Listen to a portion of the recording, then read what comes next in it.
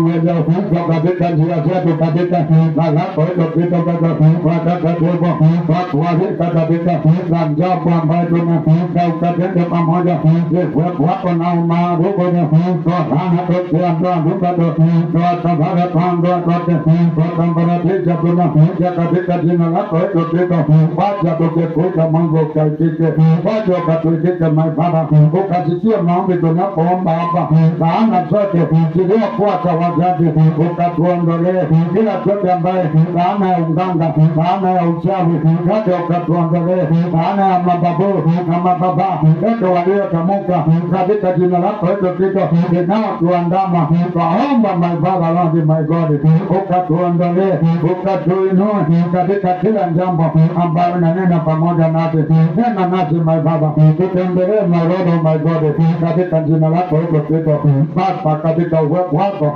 tuingia katika neno lako ukakuwe pamoja nasi ukatutembelee my Lord my God ukatuinue katika kila kitu katika kila jambo tunatenda katika siku ya leo twaiweka mkononi mwako. Kuna watu wagonjwa wako katika hospitali Mungu Baba wacha ukawaponye wanaokuomba uponyaji Mungu ukawaponye na wale wanaoingia katika hii nyumba wakitaka tu msaada kutoka kwako Mungu Baba ukawape msaada. Wale waliokukosea Mungu wakikuomba ruhusa wakikuomba msamaha Mungu kawasamehe katika hii nyumba. Wengine wanakuja wakiwa wamevaa na majini, wengine ni magonjwa, wamevimba macho, wamevimba miguu, wameshikwa na mizimu, wanaonewa na ibilisi. Mungu Baba uache kuwapigania, uache kuwapigania na kuwaondoa katika kila mateso yote ambayo shetani aliyotuma kwao. Walio hospitali twatuma uponyaji wa haraka wakapone Mungu ili wakarudi katika shughuli zao. Kenya yetu my Baba tutaweka mikononi mwako katika kitu ambayo tunatenda ukatende pamoja na asante Mungu Baba, asante Mungu Mwana, asante Roho Mtakatifu. Tunakuita kwa kuabudu kwa kushukuru kwa kuitii ukatutembelee katika jina lako Kristo. Tunapoingia katika neno lako hata litakuwe lako bali sio letu. Kila neno katika kinywa chetu, katika roho zetu, katika uhai wetu na katika miili yetu twasimama ili Mungu katutumia kama chombo chako asubuhi kama asubuhi yako. Asante Father Lord my God katika jina lako hilo Kristo. Okay, tunaongea kuhusu majina ama roho iliyo katika majina. Kuna maroho huwa inaingia sauli ya ile jina unaitwa. Nataka ukanisomea katika Mambo ya Nyakati wa kwanza kifungu cha 4 mstari wa 10, alafu ukisema rudi 10 urudi nyuma unisomee mstari wa 9. Perfect clinical chapter 4 verse 10 then up 9 upange juu ukuje 9. Ni neno ambaye inatuonyesha kuna jina ambaye inaweza kuwa inakuletea shida. Ndio maana hata wana wa Israeli walipoenda katika nchi ya Misri, nchi ya Kanaani, ile nchi ilikuwa inaitwa nchi ya Kanaani, ilikuwa inaitwa Kanaani. Manake Kanaani alikuwa amelaaniwa na Mungu, akaambiwa yeye mwenyewe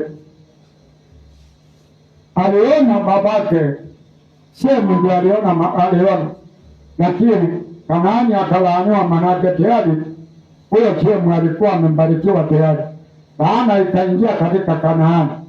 Na ndio katika ile jina unaona wakati huyo walipoenda kule, Roho wa Mungu akazungumzia wana wa Israeli, wakaipendua ikaitwa Israel country, ndio inaitwa Israeli.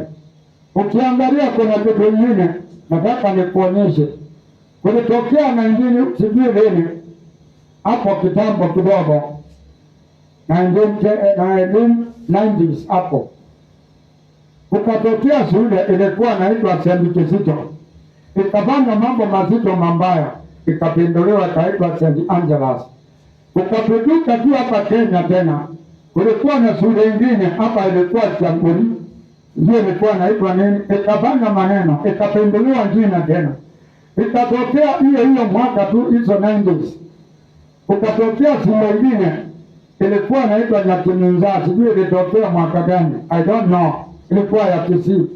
Ikabunika mkia, na kwa vile mkia maana yake ni kiminza ama ni mkia, ikapinduliwa ikaitwa namna nyingine. Kwa hivyo jina lina nguvu. Isomee hapo katika hiyo nabeli. Hiyo ilikuwa tu samples. Samuelewe jina liko na nguvu. Na kwa nini wanachange? Inachangiwa ndio hiyo roho katika hiyo jina ikija ikapanga nini? Ikaingia. Kwa hivyo na sisi tukiwa na majina yetu, kiangalia jina lako inaweza leta shida kwako. You remove the spirit, you deliver the spirit, or you burn out the spirit. You take the evil spirit in the name, and the name will remain as it is. Yaani jina libaki kuwa halina spirit ile inaleta shida katika maisha ya mtu. Soma. Huyo Yabesi alimfungana Mungu wa Israeli akisema, lao kwamba ungenibarikia kweli kweli na kumsijishia hozi yangu, na mkono wako ungekuwa pamoja nani, nao ungenilinda na uovu, ili usiwe kwa huzuni yangu. Naye Mungu akamjalia hayo aliyoyaomba.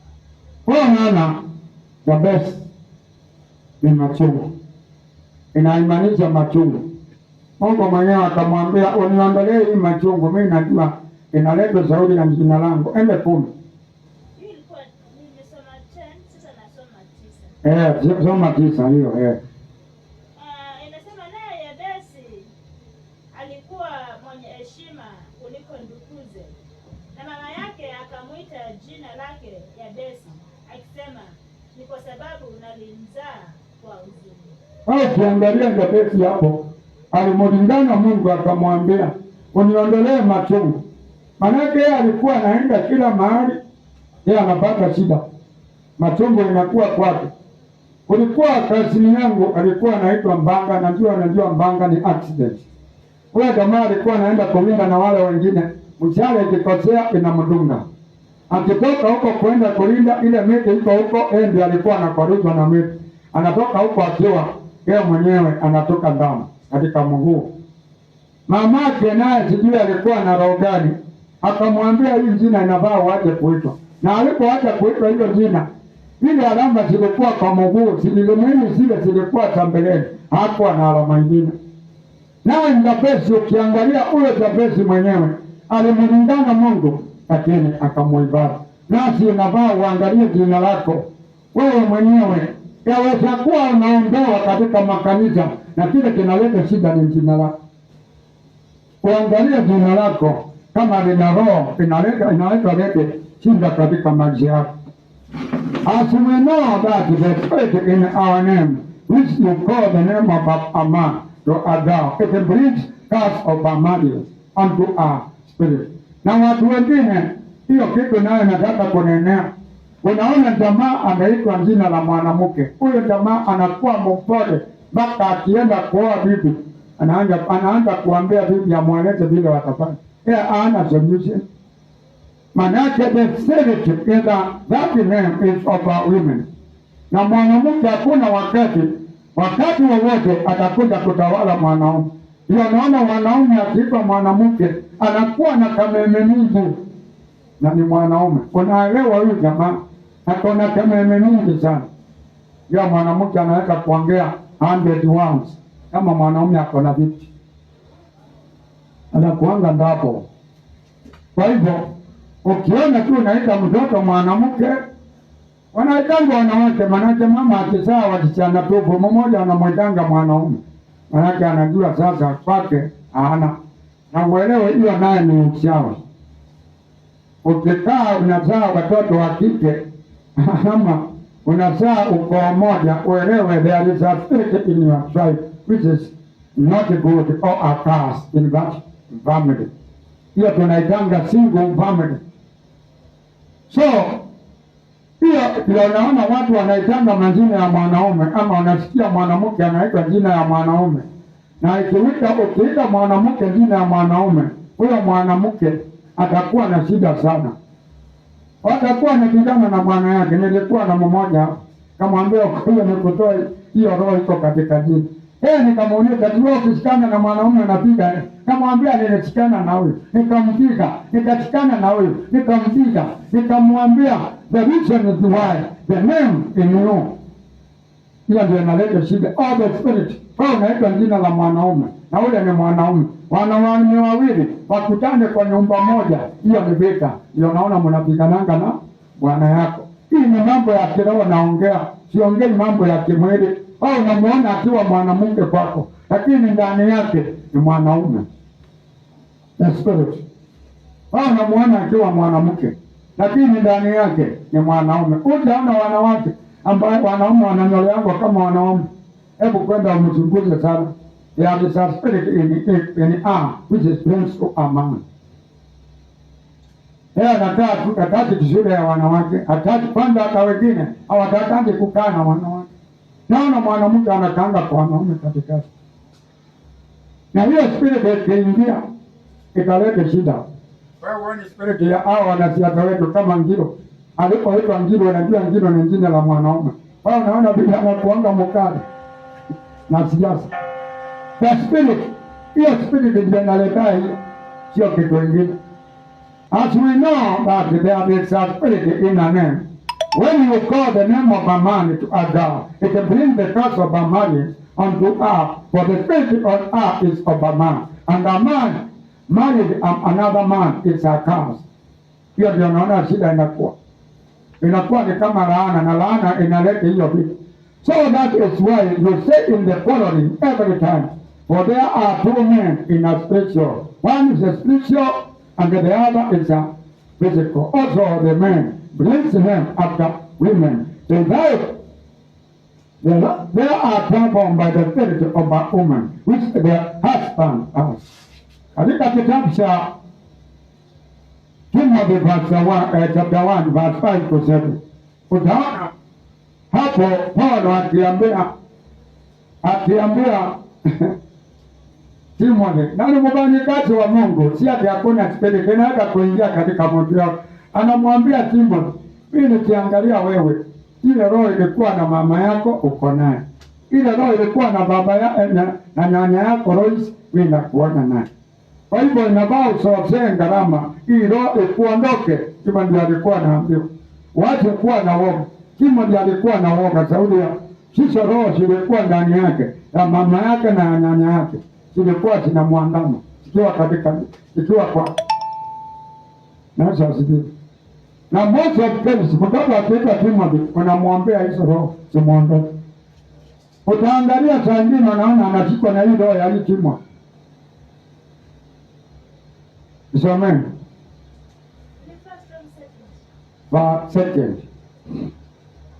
Second Timothy, chapter 1, verse 5-7. Second.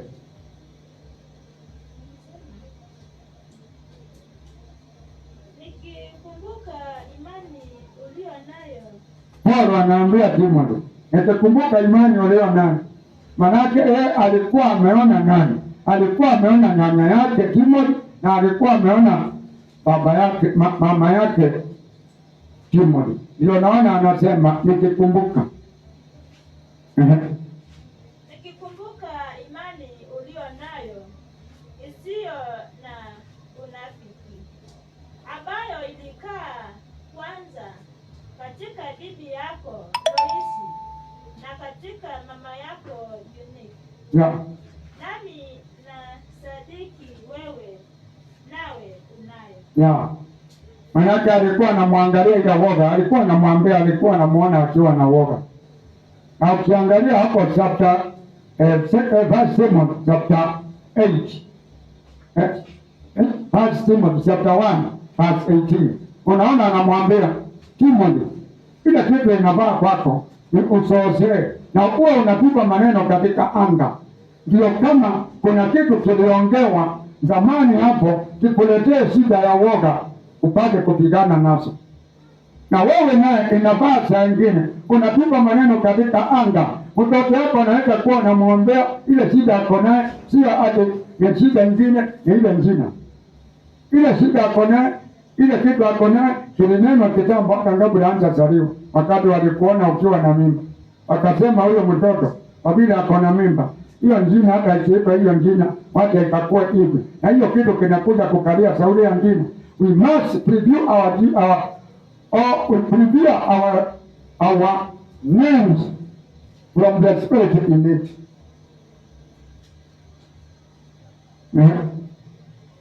Inasema mwanangu Timotheo, Yeah. na kukabidhi agizo hili liwe akiba kwa ajili ya maneno ya unabii yaliyotangulia juu yako, ili katika hayo uvipige vile vita vizuri. Yeah. Inaweza kuwa hata mambo yako inasuluhiwa. Sasa wewe mwenyewe hautaingia vita yako vile ambayo inafaa. Jina ndio analeta shida. Yanasema wakati mwingine vitu vile ambavyo inakutendekea. Yesu Kristo alisema if you know the truth, the truth set you free. Then you must do research in your life, physical and spiritual. Aidha ni jina ama nini, what brings the trouble in your life. Unapaswa kuelewa ni kitu gani ambayo unapigana na, sio kuomba kidogo. Many of these names here, names of these names here, they are wives. That's why we can see many of men for nowadays leave their homes with their wives, run away. Unaona mwanaume anakasirika na mwanamke, yeye anabeba vyombo yake anaenda kuolewa. Sauli hizo inapoitina kuna roho nyingine inakuja kukalia. At Monday first. Ukiwa na hilo ukiwa mwanaume unakaliwa as Monday first. The spirit of abundance grows stronger in the family as your women weaker in body. So the spirit becomes stronger in them. Then the men, when you see trouble in your family, no research in the foundation on board sides in the names and the board in check whether it starts when it starts. The stage. Ilianza namna gani? The name you born. Board, physical and the spiritual foundation. Name of your board. Uangalia majina yako. Ndio naona tunabadilika tunaitwa John, ndio tukae kama John Baptist. Kama jina lako linaweza kuwa na lete shida, ile jina lako lisaidiwe na hii ya kibatizo. Nipigwe nguvu kila kitu katika jina lako, nipigwe nguvu na hii jina. Ukiangalia lako hata haina shida, unaweza kubatizwa huko utua kwa Mungu.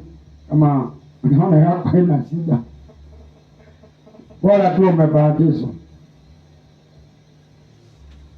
Check when it starts and watch the persistent of the trouble. Hiyo ndio ile kitu cha kwanza unataka uangalie. Ilianza vipi? Who is affected to that? Most of you or your wife. When these two are still fighting each other, it will be divided. Check evil, the dedication of the individual, underwears and the manipulation. Tattoo, hata hiyo inaleta shida. Manake wakati unapopigwa tattoo, unakuwa ng'ombe ya shetani. Ukiona mtu ako na tattoo, hata usimwongope, akae ni ng'ombe ya shetani. Kama hata lege tukuja tumuone. Naona ndoa inaleta shida. Hebu niangalie kama kuna mmoja anakuanga na tattoo ako na bwana. Iko? Ama ako na bibi? Iko? Mabibi. Lakini enda ukaangalie ile shida iko. Tattoo inakuwa na laana. Lazima upate kitu moja. Lack of something, lakini uenda ufanye hilo risasi mzuri, siamini sana. Tattoo ni first sign of Satan. The verse show us we must challenge the spirit of devil in our name. Because of if you look all research, most of African names, as we know as a culture, predictors and the roots that are in the following to give names, e.g., ambayo ine Ukambani unamuitanga munyao. Huyo mtu ukimwangalia utaona ya kwamba munyao ni draw out. Utaangalia hata kama ni mfanyikazi sana, mali yako anaharibu haraka sana, inaharibu. Ukizaliwa mwanamke mnamuita Wayua, ukiangalia wote wanakuanga na shida katika mbaraka sana. Wayua ni shida. Wayua ni mtu family drought ama kukaukiwa. Utaangalia uone anaandamwa na roho ya kukaukiwa. If you try to follow the character of these people, if they are not delivered, they can earn working, but most of them cannot show what they have acted. Naona mtu anafanya lakini most of them hawezi akakuonyesha amefanyia nini. Waliwa na pamoja na mwenyao. Because whatever is to be engaged, it never rests on their hands. Most of us, the spirit of destruction. Luke chapter 1, verse 56 to 61. Luka mtakatifu. Ama Luke chapter 1, verse 56 to 61. Taona tu hapo some tu. Hiyo story hapo. Mariamu akakaa naye kati ya miezi mitatu, kisha akarudi kwenda nyumbani kwake. Kuzaliwa kwa Yohana Mbatizaji. Ikawa siku za kuzaa kwake Elizabeti zilipotimia, alizaa mtoto mwanaume. Wakasikia jirani zake na jamaa zake ya kwamba Bwana amemuongezea rehema zake, wakafurahi pamoja naye. Ikawa siku ya 4 wakaja kumtahiri mtoto, wakataka kumpa jina la babaye Zakaria. Mamaye akajibu akasema, la sivyo, bali aitwe Yohana. Wakamwambia, hapa mtu katika jamaa zako aitwaye jina hilo. Ukiangalia naona wanakataa, manake majina inakuanga na kile wanaitania. Anakataa, namwambia asiitwe John. Endelee. Wakamwashiria babaye wajue atakavyo kumwita.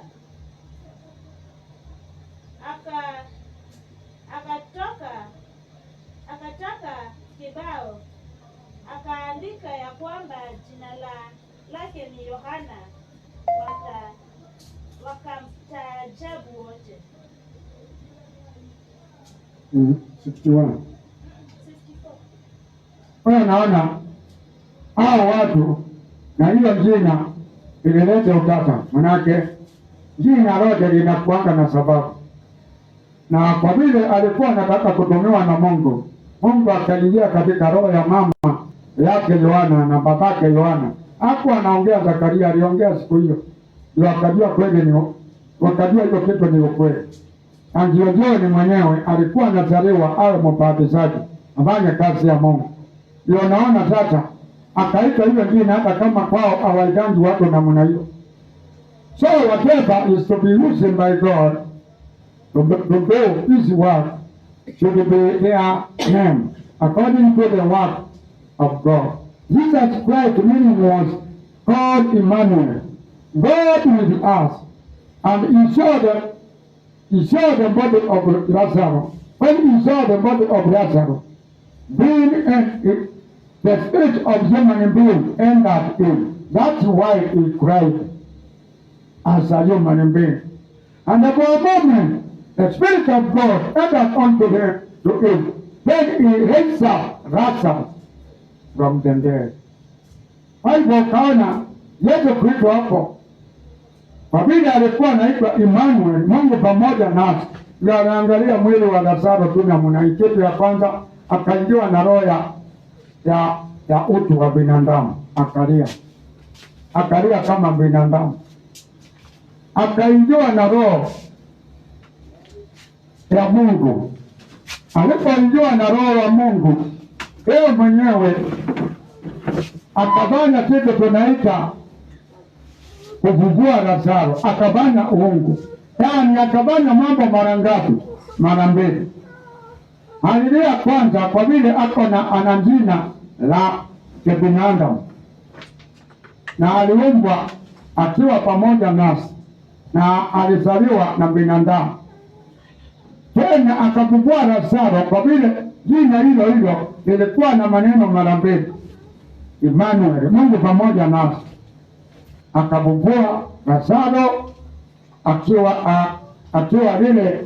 ile roho ya jina la Mungu lilitokea.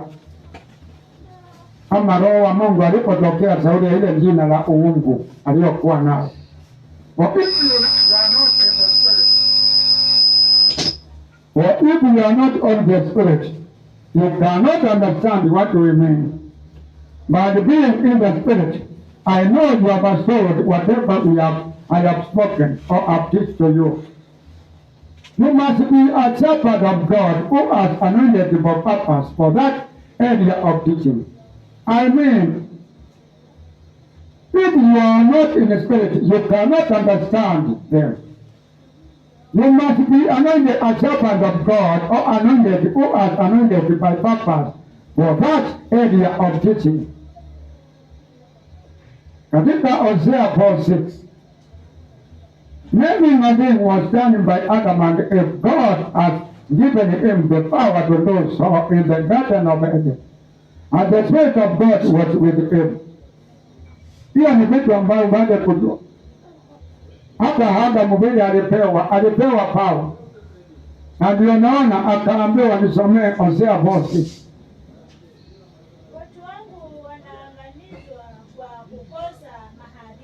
Watu wangu wanaangamizwa kwa kukosa maarifa. Tunakosa Mungu.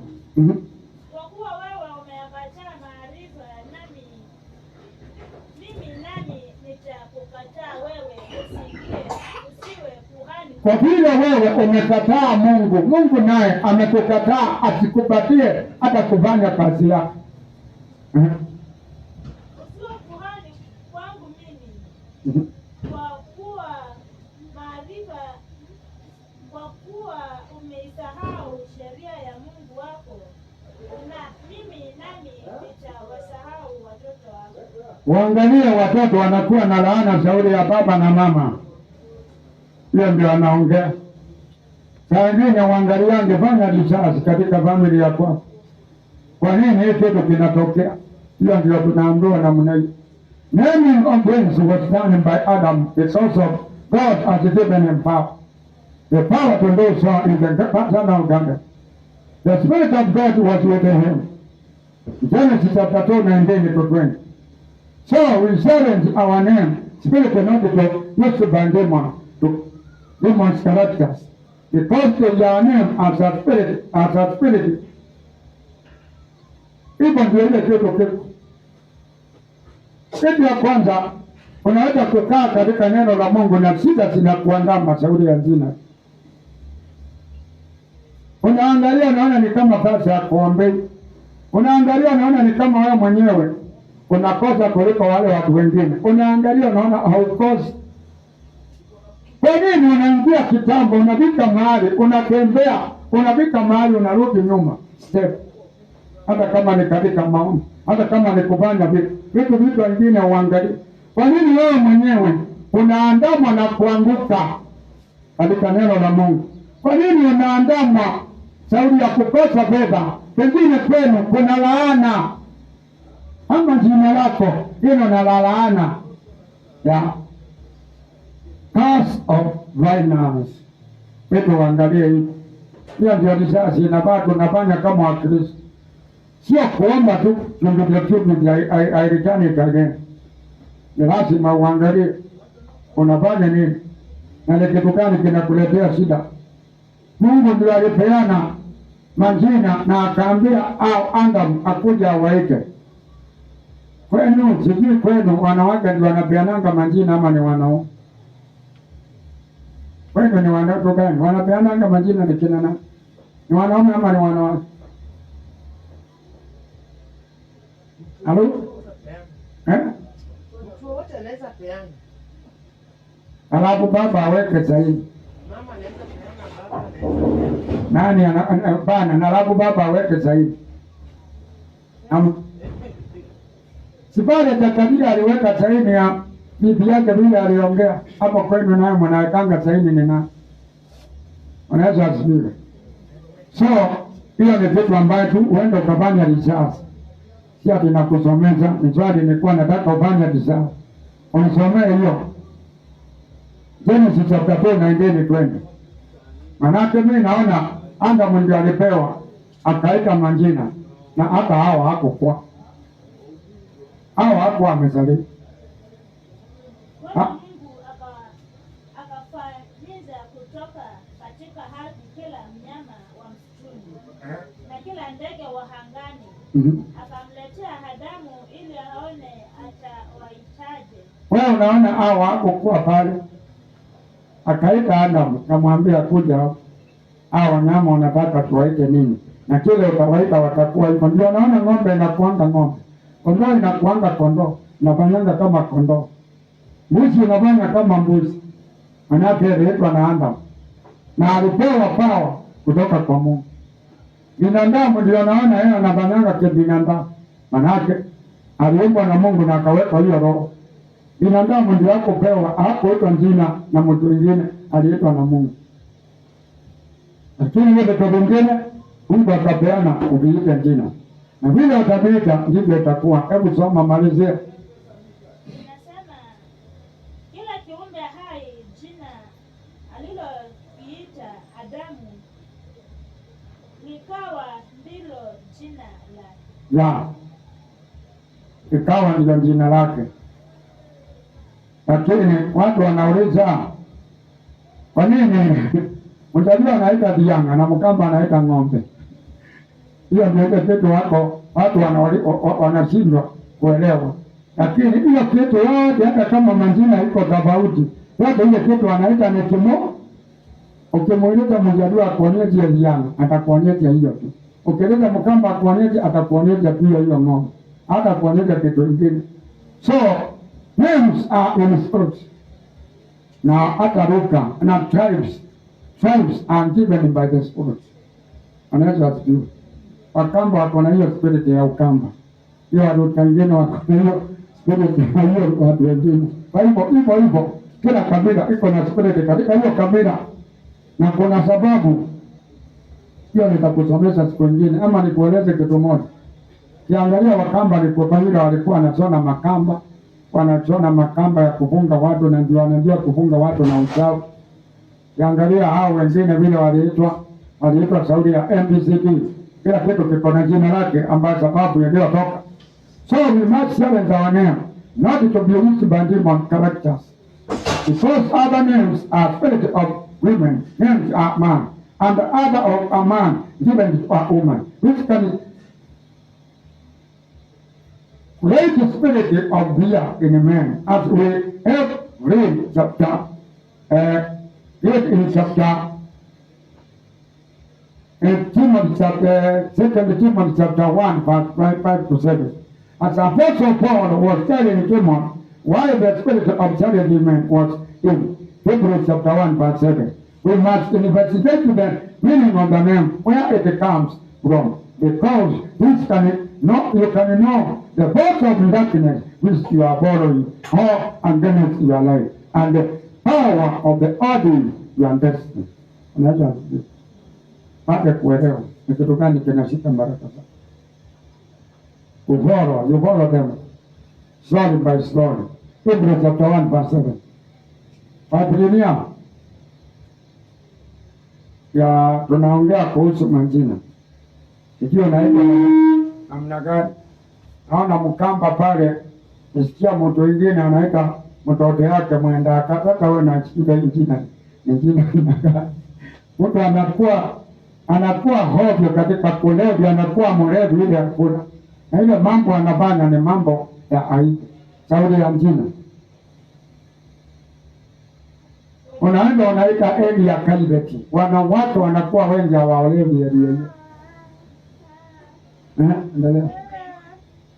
Chapter 1 sana. 7. Nasema, na kwa habari za malaika asema, afanyaye malaika wake kuwa pepo na watumishi wake kuwa mihali ya moto.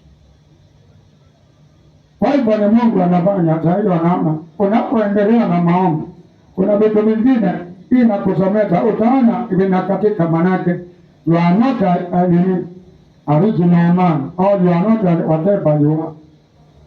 Unafunguliwa kuwa malaika katika kimwili, na ni lazima ufanye research vile nimekuelezea, or investigate the meaning of your name, where it came from, because you can know the voice of the darkness which is following or against your life, and how the power of the destiny. Revelation chapter 2 verse 17. None of them given is the one ordering. Given is the one ordering their career of them, which God created them to come and perform here on earth. For everybody has a good work to come and God has given him. Kila mtu akona kazi, na ndio naona hata kazi yako inaweza kuzoa na hiyo njina ambao ume. Revelation chapter 7, chapter 2 verse 17.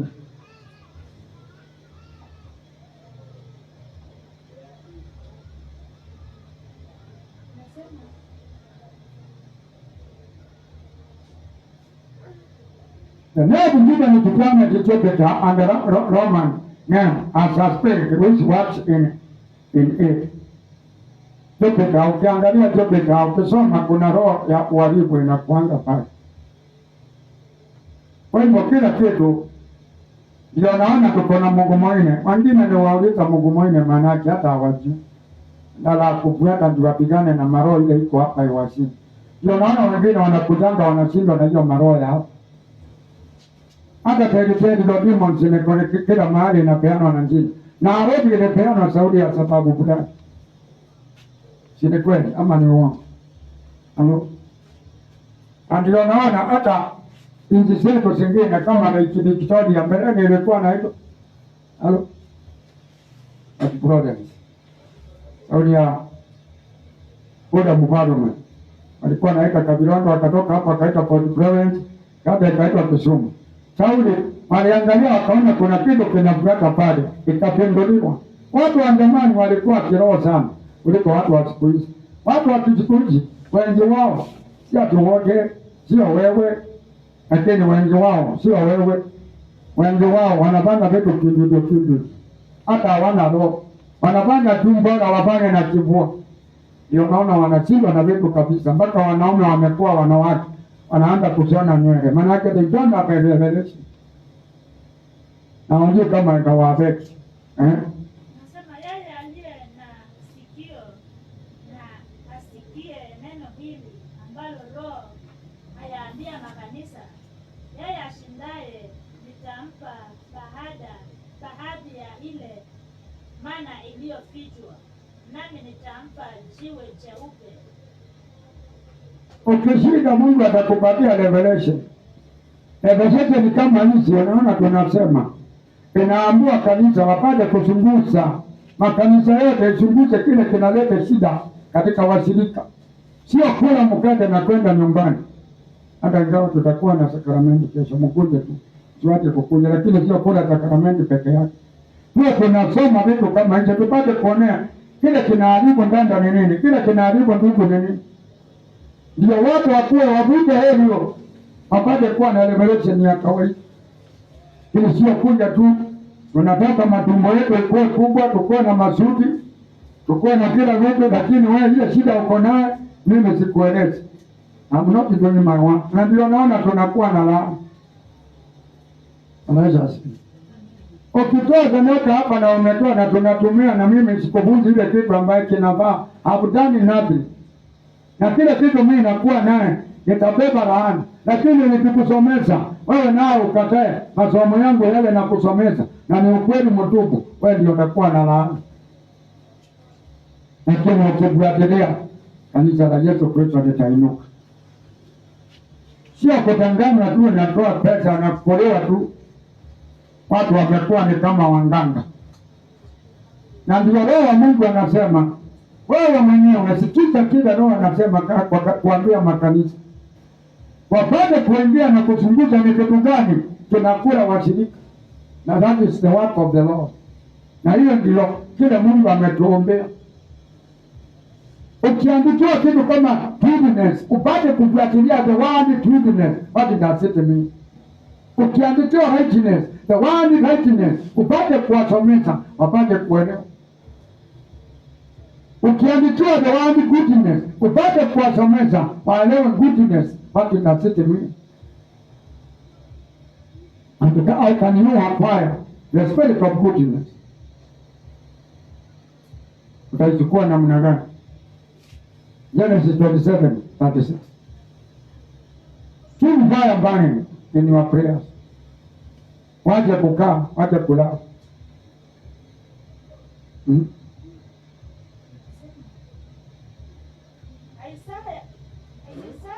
Genesis, yeah. 36. 27:36. 27:26 inasema Isaka 36. 27:36. inasema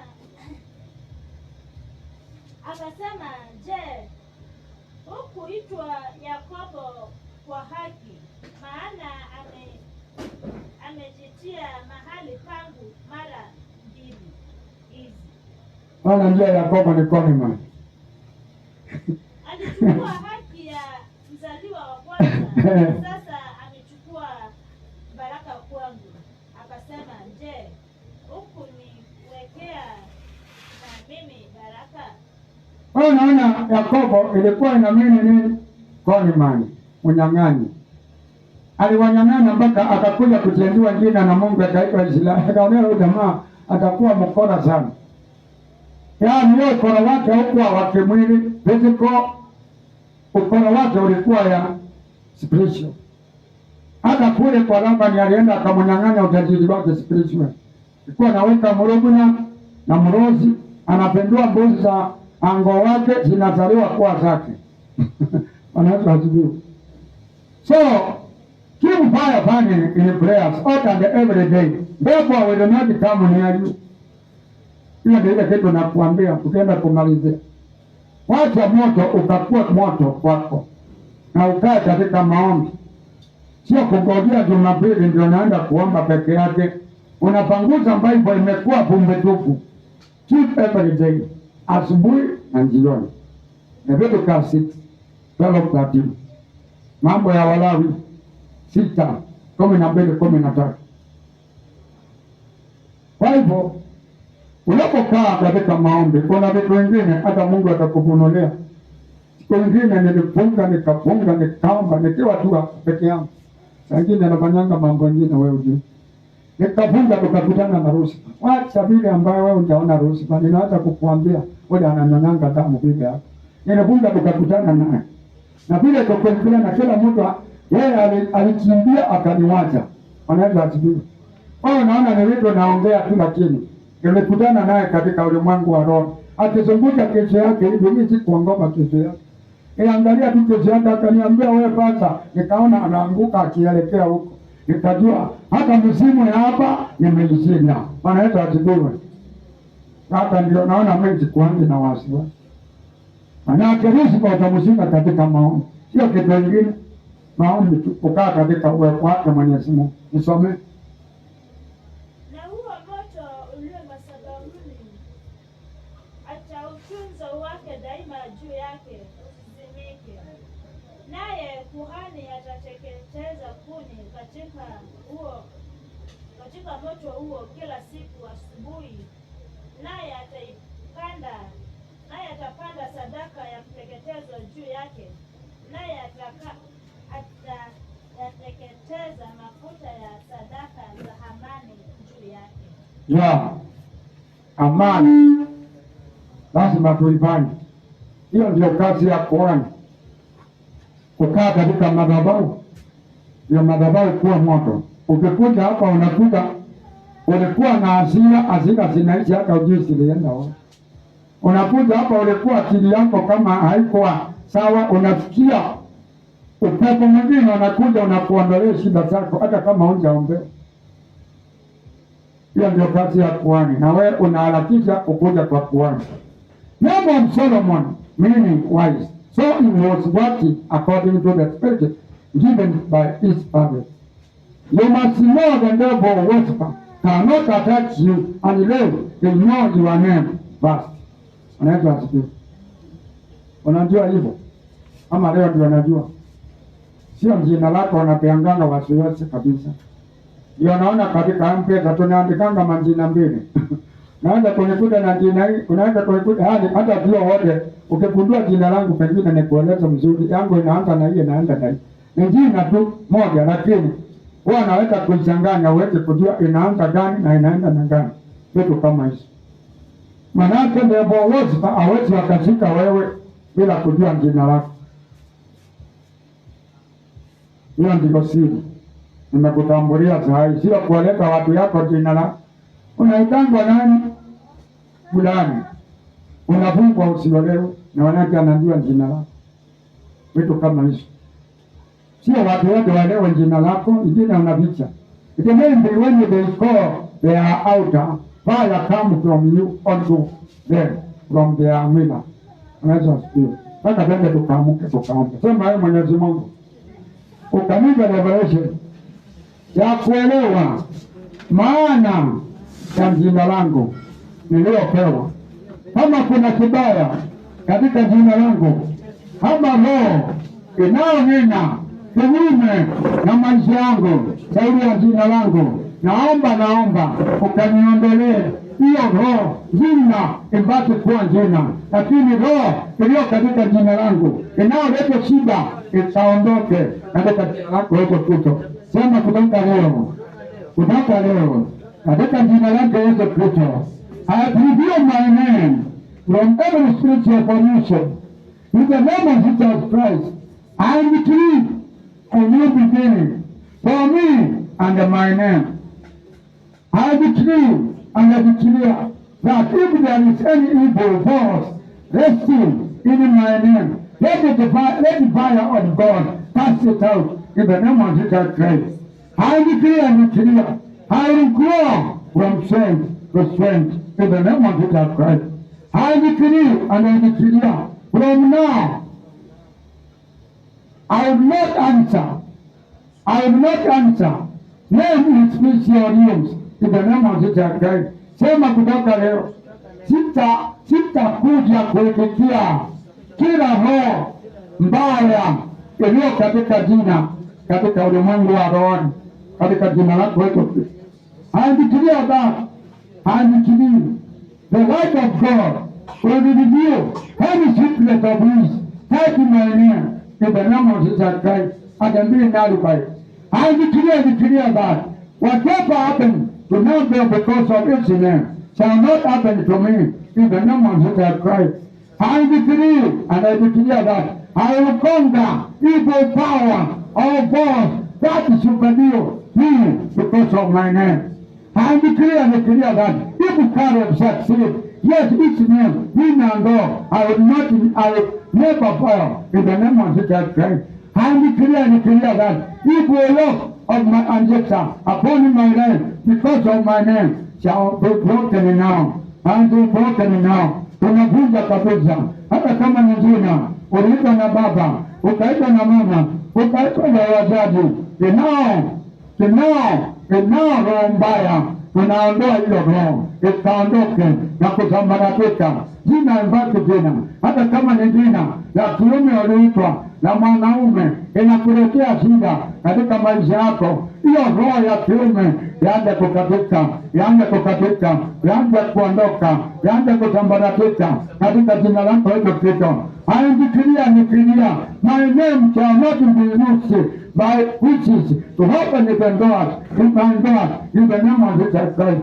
I declare that whatever the smell that attached tonight to me as produced in the name of Jesus, I command the light of God to shine on the side, chase away heavenly darkness in my name. I declare, when they call my name, in the middle, let fire come out and let the face them all in the name of Jesus Christ. Let the tongue and not calling my name for evil. Fire come out and they burn them all in the name of Jesus Christ. Sema yoyote akilikana jina langu kwa vioo ya wanganga na wachawi, kwa vioo ya watu wabaya, ya vioo ya mapepo mabaya, moto ukatoke pale katika hiyo vioo na kwenda kuwachoma na kwenda kuwasambaratisha. Nimejifunika mimi jina langu naifunika na damu ya Yesu Kristo. Wakiitana mahali wataitana kwa uchawi, kutaka kujaribu, kutaka kile kimbaya kilichoshika hiyo jina langu, wacha moto ukatoke pale uanze kuwachoma na kuwasambaratisha katika jina lako Yesu Kristo.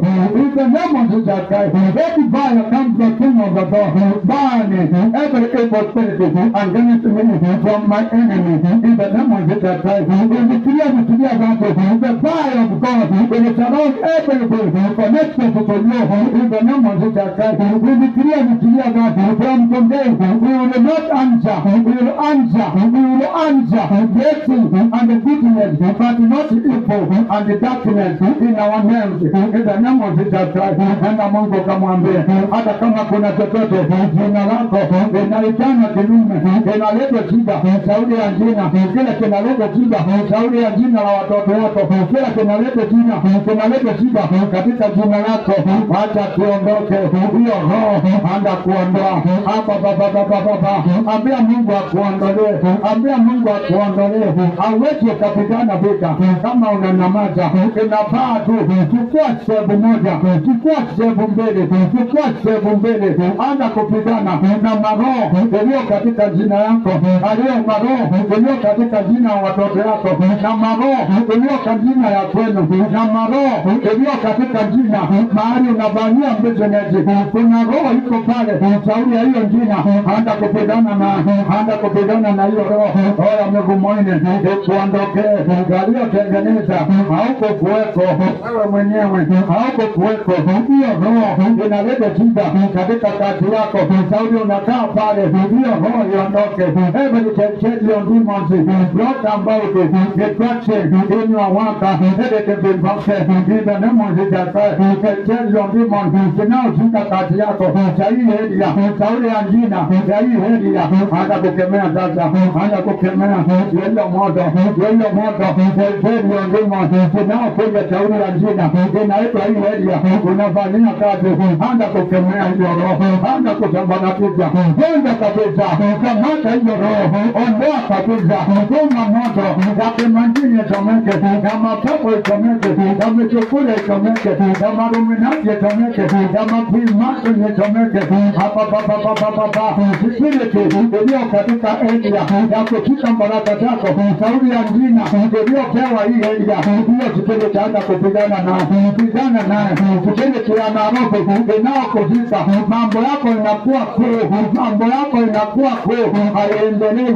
Shauri ya kukaa Nairobi, hiyo roho ambayo iko katika jina la Nairobi haitakushika wewe, tunaiondoa. Tutafaulu, tutakuwa watu ya kufaulu, tutakuwa watu ya kuendelea, tutakuwa watu moto, hatutakuwa watu kuu. Shauri ya Nairobi, tutakuwa watu moto katika maombi. Kama maombi yako inashima kwa vile unakaa Nairobi na ni mahali ya kodi water, yote hiyo kodi tunaondoa, tutakuwa moto, hatutaadhibitiwa na jina ya mahali popote tunapoenda katika ulimwengu mzima. Hiyo yote twakemea, hiyo yote twakanyanga, hiyo yote twaharibu, hiyo yote twasambaratisha,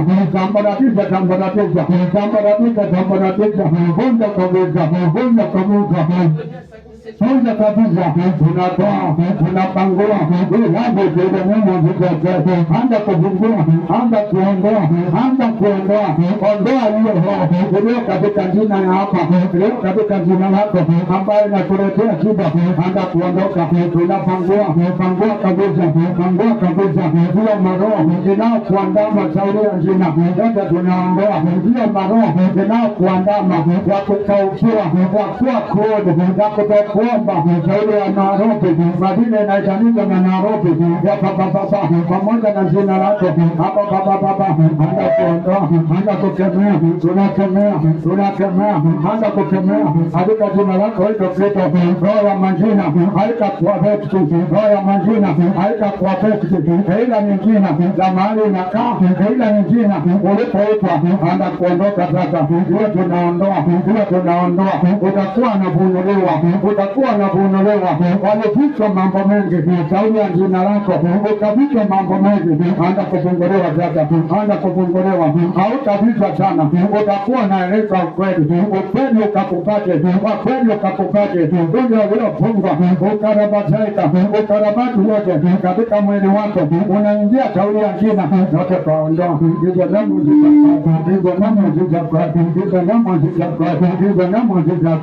sema kutoka leo kila chochote kinaoletwa katika maisha yangu sauti ya jina, ewe roho ya kutokuendelea, unakuja sauti ya jina langu, imekuondoa jina langu libaki kukuwa jina, alitashikwa na spiriti ilikuwa katika hiyo jina, walioniita jina wakaambukiza spiriti katika maisha yangu inaonisumbua, hiyo spiriti nimeiondoa, nitakuwa nikipata mema, nitakuwa nikipata mema. Hata kama mimi naficha mambo mazuri, shauri ya jina langu kutoka leo nitakuwa naelezwa mambo mazuri, nitaelezwa ukweli wote katika jina lako Yesu Kristo. Sema niko huru.